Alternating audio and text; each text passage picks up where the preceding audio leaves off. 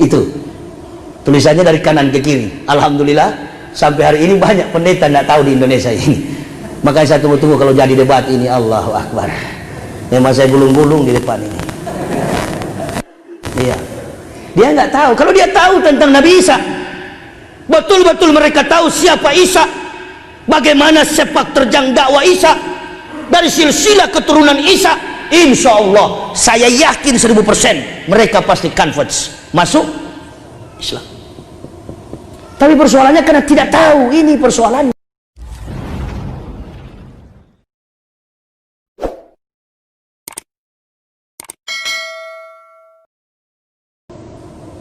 Al-Baqarah dan Quran Surah An-Nur itu kontras.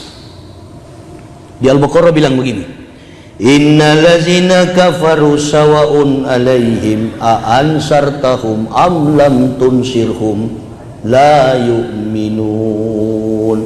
Ini Al-Baqarah, sekalipun engkau meyakinkan Muhammad, orang kafir la yu'minun, tidak akan beriman.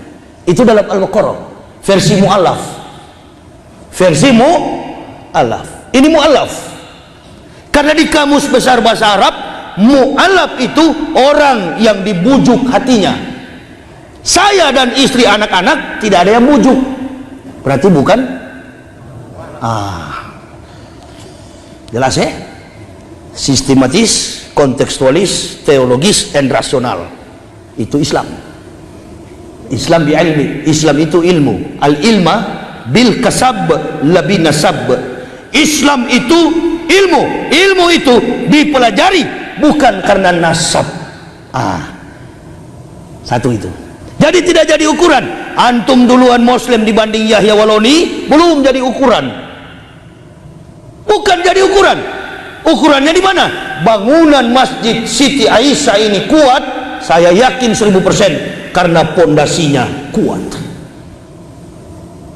Amantu billahi wa bima qala Allah Ta'ala, amantu bi rasuli wa bima qala Allah qala Rasulillahi sallallahu alaihi wasallam. Amantu billah, beriman kepada Allah, wa bima qala Allah Ta'ala, dan mengamalkan apa yang diperintahkan oleh Allah. Makanya ada sistematika ketika orang beriman mengucapkan dua kalimat syahadat, asyhadu an la ilaha illallah wa ashadu anna Muhammadar Rasulullah. Tidak hanya beriman kepada Allah, tetapi dia juga beriman kepada Nabi Muhammad. Kalau sudah beriman kepada Nabi kita Muhammad sallallahu alaihi wasallam, berarti kita sudah beriman kepada 123.999 Nabi yang diutus Allah. Di dalamnya ada 25 Rasul. Masya Allah. Nabi itu ada 124.000, tapi 123.999 Nabi gagal. Coba panggil ahli sejarah, bibliologi, ahli sejarah, teologis, teolog, filsuf. Tidak ada Nabi yang berhasil kecuali satu, baginda Rasulullah Muhammad sallallahu alaihi wasallam. Nabi yang terakhir gagal itu jaraknya 3.500 tahun dari Musa alaihissalam. Moses. Karena ini kitab Kristen ini suka dirubah-rubah. Musa diganti Moses, Daud diganti David. Makanya orang Solo banyak yang rubah-rubah nama Isa diganti Yesus, Isa diganti Yesus. Saya aneh lihat orang berdebat di YouTube, sampai sekali Zakir Naik pun menyebut Yesus itu Isa, berarti awam. Beliau awam, bukan ahli. Di dalam studi antropologi linguistik, budaya dan bahasa, kalau saya tanya kepada ibu bapak, saudara-saudaraku rahimakumullah, ada orang bernama Ahmad, ada orang bernama Suyono, mana di antara dua orang ini orang Jawa? Mari kita buka. Ini saya bikin 8 satuan kredit semester. supaya kita tahu bahwa Islam itu hebat. Ada dua orang, satu bernama Frederick, satu bernama Donald, satu bernama Saipul. Mana orang Indonesia? Saipul. Satu bernama Jesus, satu bernama Isa, satu bernama Joshua Hamasya. Mana Nabi yang ke-24 yang disebut dalam bahasa Arab Isa yang sebenarnya? Bingung akhirnya kan? Karena sudah terkonsep di dalam mindset kita. Bible Kristen itu kita anggap Injil, kita sebut Injil. Isa kita hubungkan terus dengan Yesus. Bahasa asli Isa itu, nama di kampungnya adalah Joshua Hamasya. Lahir di Bethlehem tanggal 6 sebelum Masehi. Dalam buku saya halaman 86, Profesor Dr. JLCH Christian Abineno, seorang teolog Kristen terkemuka, berkata, sampai hari ini kita tidak tahu secara persis tanggal, bulan, dan tahun berapakah Yesus itu dilahirkan. Lihat Abineno, ibadat jemaat dalam abad-abad pertama, Badan Perpustakaan Kristen BPK, Jakarta 1961 halaman 64. Yang berkata ini bukan Yahya Waloni, yang mengatakan ini pendeta kaliber kelas dunia Abineno, teolog terkemuka di kalangan Kristen. Dia yang berkata, sampai hari ini kami tidak tahu secara persis tanggal, bulan, dan tahun berapakah Yesus dilahirkan. Berarti tahun 2006 Pak Maruf Amin, ketua MUI, menurunkan fatwa menyebut Natal itu haram. Tapi begitu 2018 mau calonkan diri jadi presiden, dia berdiri di depan kamera lalu mengatakan, selamat hari Natal. Udah ngos-ngosan pula, selamat hari Natal. Dulu haram. Apakah menyebut selamat Natal itu haram? Saya tidak. Banyak jamaah yang WA ke saya, Ustaz, betulkah selamat Natal itu haram? Tidak. Tidak semudah itu mengharam-haramkan orang Islam. Tapi kalau kita lihat dari versi otak pendeta, mereka mengatakan kami tidak tahu secara pasti. Berarti bukan haram. Begitu kita mengucapkan selamat Natal bukan haram, berarti sama-sama goblok dengan kafir. Mana lebih keras kira-kira? Keras boleh, tapi ilmiah, sehingga lawan tak mampu untuk membendung. Lapor polisi pun nggak mempan ini. Karena ini bukan saya bilang, saya cuma menyampaikan. Pendeta sendiri yang ngomong, tidak ada data secara persis. Tanggal 25 Desember itu adalah hari kelahiran anak dewa matahari. Perjalanan inilah yang mendorong saya untuk mencari tahu di mana letak kelahiran Al-Masih atau Yesus Hamasya. Dia lahir di Bait Lam, Bethlehem, tanggal 6 sebelum Masehi. Romawi menjajah Yerusalem dari tahun 65 sebelum Masehi sampai 6 Masehi. Isa dilahirkan 6 sebelum Masehi. Nabi kita Muhammad dilahirkan 21 April tahun 571. Jelas kan? Sehingga kita di kalangan umat Islam ada yang merayakan Maulud Nabi. Nggak usah lagi kita bilang itu haram. Kalau antum tidak mau ikut, tidak apa-apa. Nggak apa-apa, itu kan syukur. Sedangkan Kristen saja yang salah dirayakan Natal. Antum ngomong apa? Berhenti tuh menghina-hina sesama Muslim. Bidah kafir kepada sesama hanya memperkokoh benteng kafir itu. Makanya orang kafir mencari titik kelemahan di mana ada keretakan perpecahan antara ukhuwah Islam ini. Saya paling tidak suka kalau dengar ada penceramah yang suka menjustis sama Muslim, karena saya suka kalau orang Islam itu bersatu. Saya bukan NU. Kalau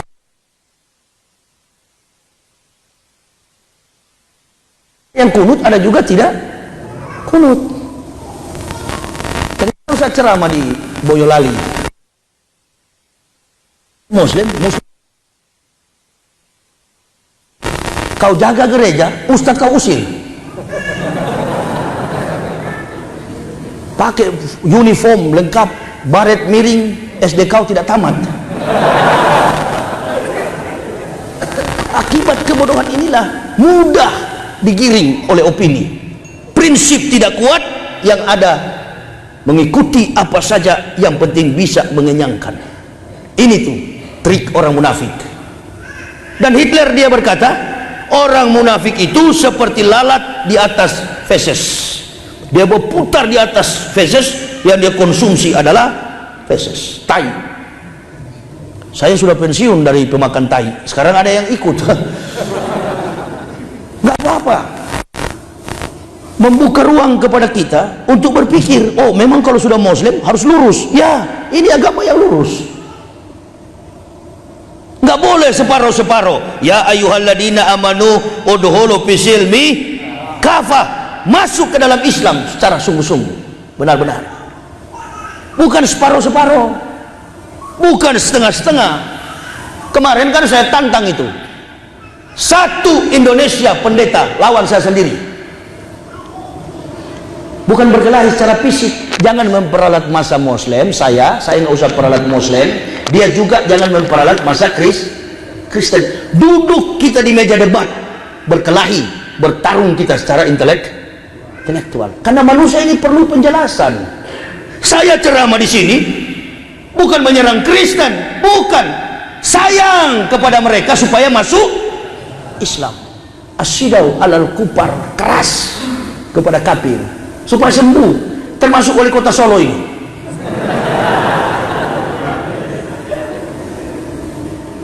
Jangan dengar, beliau ini kan sarjana, terpelajar sampai jadi pejabat. Masa mau dengar omong kosong pendeta? Masuk saja ke dalam walladzina kafaru wa kassabu bi ayatina ulaika ashabun nar khalidina fiha wa bi'sal masir. Orang-orang kafir yang mendustakan ayat-ayat kami tempatkan mereka ke dalam neraka jahanam. Itulah seburuk-buruk tempat kembali. At-Tagabun. Jadi pendeta-pendeta itu orang yang memalsukan Alkitab, Bible. 200 tahun Isa sudah diangkat di langit keempat, baru kitab suci Kristen ini muncul. Nah ini, berdiri di atas spekulasi logika filsafat manusia. Maka ketuhanan yang mereka anut adalah ketuhanan filsafat, teori filsafat, spekulatif, filosofis.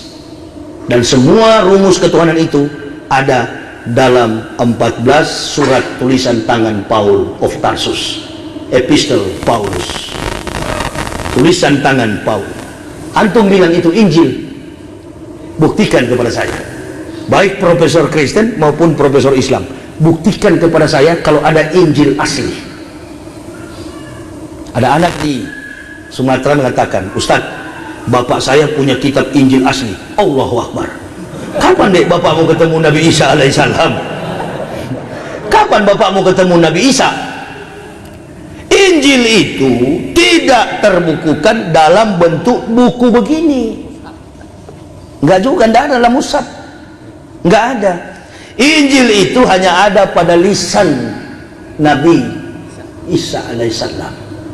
Di zaman beliau, kalau beliau pidato, tidak ada fasilitas handycam, alat perekam dan sejenisnya, nggak ada. Misterius. Makanya orang Kristen membangun substansi esensial teologi Kristen itu dengan mengatakan dua kitab perjanjian lama, Old Testament and New Testament. Perjanjian lama adalah kitab bertuliskan bahasa aslinya Hebreu, Ibrani. dan bahasa perjanjian baru Greek, Yunani. Istilah Yesus itu istilah Greek, harus ditelusuri baik secara antropologi maupun dalam konteks linguistik bahasa. Nah, itu. Jadi Yesus itu diambil dari dewa silsilah Romawi kuno, Lesos Christos, dewa kesuburan Yesus.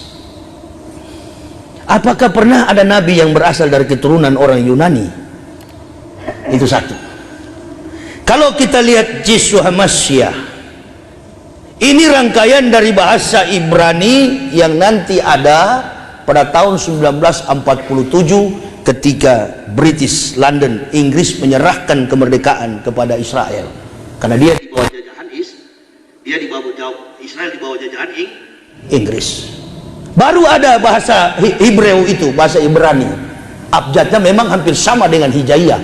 Alef, Bet, Gimel, Dalet, He, Waw, Sayin, Ket, Tet, Yod, Kaf, Lamet, Mem, Nun, Samek, Ayin, Pesade, Kofresi, Shin, Tau. Penulisannya pun dari kanan ke kiri dan tidak menggunakan vowel, huruf hidup, semuanya konsonan. Atau dalam bahasa kita Islam ini ada kitab satu itu namanya sorogan atau gundul, kitab yang tidak mempunyai sakal. Itu tulisannya dari kanan ke kiri. Alhamdulillah sampai hari ini banyak pendeta tidak tahu di Indonesia ini. Makanya saya tunggu-tunggu kalau jadi debat ini. Allahu Akbar, memang saya gulung-gulung di depan ini. Iya, dia nggak tahu. Kalau dia tahu tentang Nabi Isa, betul-betul mereka tahu siapa Isa, bagaimana sepak terjang dakwah Isa dari silsilah keturunan Isa. Insya Allah saya yakin 1000% mereka pasti convert, masuk Islam. Tapi persoalannya karena tidak tahu, ini persoalannya, karena nggak paham. Menuduh-nuduh Muhammad ini adalah orang yang membawa Al-Quran, membuat Al-Quran. Mana mampu Rasulullah SAW. Al-Quran ini bukan buatan Muhammad. Sebelum Muhammad datang, Al-Quran sudah datang. Ketika Allah Subhanahu wa ta'ala memberikan Taurat kepada Musa di Bukit Tursina, Moses, ini Musa, ya Musa, ini atau itu umat Muhammadin nur aini kaila yadurhum zulmatani. Wahai Musa, aku memberi kepadamu kitab Taurat, tapi ketahuilah sesungguhnya ini atau itu umat Muhammadin, akan datang umat Muhammad. Tadi saya katakan rentang waktu antara Musa dengan Isa 3500 tahun. Isa dengan Nabi Muhammad 576 tahun. Rentang waktu 4076 tahun. Belum datang Rasul sallallahu alaihi wasallam, umatnya sudah dijanjikan akan datang. Hebat nggak ini Islam? Historik. Tidak ada sejarah, tidak ada teori, tidak ada ilmu pengetahuan. No history, no truths, no theory, no science. Beberapa juta profesor di dunia ini, Allahu Akbar, membangun disertasi. Begitu datang peradaban baru, tergeser oleh pengaruh zaman. Tapi pernahkah Al-Quran bergeser? Pernahkah Al-Quran ini bergeser, menyimpang maknanya, definisinya sampai kepada makna spiritual yang diamalkan oleh umat Islam? Enggak pernah. Justru sebaliknya, Al-Quran terbukti mampu memberikan sumbangsi pengetahuan, teknologi dan teknologi, science and teknologi. Kaya di dalam Al-Quran. Saya sudah pelajari selama 8 tahun, baru saya masuk Islam. Bukan terpengaruh karena orang Islam yang bujuk, nggak ada. Di Islam ini nggak ada program Indomisasi, Islamisasi, nggak ada. Nggak ada, sorry, maaf. Nah, beda dengan di sebelah sana, program Indomisasi, program Kristenisasi, pemurtadan, pendangkalan akidah. Allahu Akbar. Nggak ada di Islam, nggak ada. Orang-orang yang masuk Islam itu orang-orang yang hebat, intelektualitas mereka di atas rata-rata. Nggak usah jauh-jauh deh. Saudara saya satu kampung itu, Rocky Gerung. Loh, itu kan liberal. Itu liberal. Dia bukan beragama Islam, tapi konsep yang dia bangun dalam statusnya sebagai seorang filsuf dalam sebuah wacana peradaban sebuah negara, selalu standarisasinya kontekstual, sesuai dengan apa yang terjadi dalam sebuah struktur pemerintahan, baik yang menyimpang maupun yang lurus. Artinya apa? Pemikiran-pemikiran Rocky Gerung itu adalah pemikiran Islam. Sebaliknya dari kita, Allahu Akbar, sorban putih di kepala, otak kafir. Lalu saudara mau tanya, mana sebenarnya Islam yang asli ini? Kan begitu. Mana sebenarnya orang Islam yang asli itu mana? Yang seperti ini, liberal, nggak pernah juga injak gereja. Kalau keluarga Rocky di Manado itu kan Protestan, Gemim. Itu kampung kami. Adiknya satu itu profesor, dekan Fakultas Pertanian yang ada di Unsrat. Jadi kalau hubung-hubungkan dengan pengaruh pemikiran kita secara eksologi, etika, logika, estetika, itulah ruang yang paling tepat untuk mengukur standarisasi kebenaran suatu agama. Bukan membanding-bandingkan ayat-ayat Bible dibandingkan dengan Quran, Bible dibandingkan dengan Quran. Saya mau kasih tahu ke jamaah, kalau berdebat itu banding-banding ayat dalam Bible, ayat dalam Quran, sampai kapanpun orang kafir tak masuk Islam. Karena itu akan terkesan sama-sama kuat. Dia punya argumen dalil teologis, di Islam juga kita punya dalil argumen teologis. Tapi kita mesti pakai cara Syekh Abdul Qadir Jailani, menyanggah lawan, mengalahkan lawan dengan kitab lawan. Nah, kalau dia mau singgung soal Al-Quran, Allahu Akbar, dalam Islam ini banyak yang punya kompetensi, kemampuan itu. Kesimpulannya, kitab Kristen itu standarnya adalah hadis yang dhaif. Paham kira-kira? Standarisasi keaslian, legalitas daripada Bible Kristen, New Testament adalah hadis dhaif. Berhentilah kalian, hai orang-orang yang mengaku kristolog, berdebat membanding-bandingkan Al-Quran. Lahudau rahmatul lil mukminin, karena dia adalah rahmat sekaligus pedoman bagi orang-orang beriman. Nggak boleh. Al-Quran bukan kita pembanding, Al-Quran kita pelurus. Yang meluruskan yang bengkok-bengkok di dunia ini, itu namanya Al-Quran. Dia buku yang bercerita, kitab yang bercerita peristiwa yang pernah, sementara, dan akan terjadi. Kezoliman manusia di Indonesia saat ini ada dalam Al-Quran.